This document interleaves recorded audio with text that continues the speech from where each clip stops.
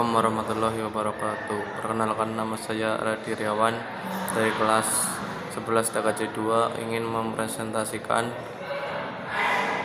tugas sejarah yang bertema periode 1950 sampai 1959, era demokrasi liberal. Latar belakang: setelah pembubaran Republik Indonesia Serikat pada 17 Agustus 1950, Indonesia kembali menjadi negara kesatuan Republik Indonesia.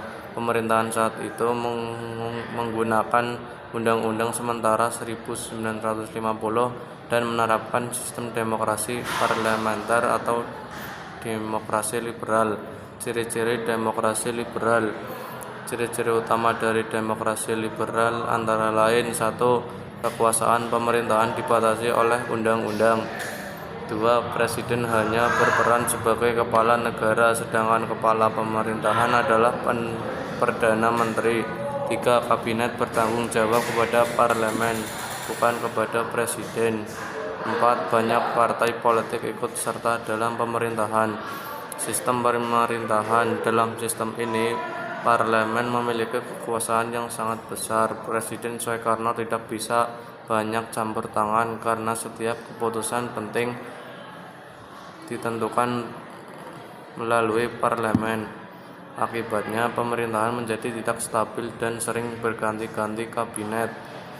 Kabinet yang pernah berkuasa: Kabinet Natsir, Kabinet Sukiman, Kabinet Pilopo, Kabinet Ali Sastroamidjojo, Kabinet Burhanuddin Harapah, Kabinet Ali Sastroamidjojo, Kabinet Juanda.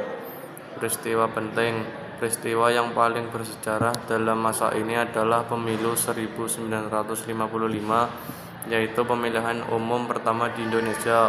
Pemilu ini memilih anggota DPR dan konstituante dengan 4 partai besar, yaitu PNI, Masyumi, NU, dan PKI.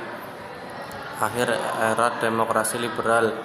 Karena situasi politik yang tidak terkendali, Presiden Soekarno mengeluarkan dekret presiden pada 5 Juli 1959. Dekret tersebut berisi pembubaran konstituante, pemberlakuan kembali Undang-Undang 1945, pembekuan MPRS dan DPAS. Kesimpulan: masa demokrasi liberal memberikan pelajaran penting bagi bangsa Indonesia. Walaupun masa ini menunjukkan semangat demokrasi dan kebebasan politik, namun terlalu banyak perbedaan kepentingan menyebabkan pemerintahan tidak stabil. Akhirnya sistem ini digantikan dengan demokrasi terpimpin agar negara menjadi lebih terarah. Demikian presentasi dari saya, semoga bisa menambah pengetahuan kita tentang perjalanan demokrasi di Indonesia. Wassalamualaikum warahmatullahi wabarakatuh.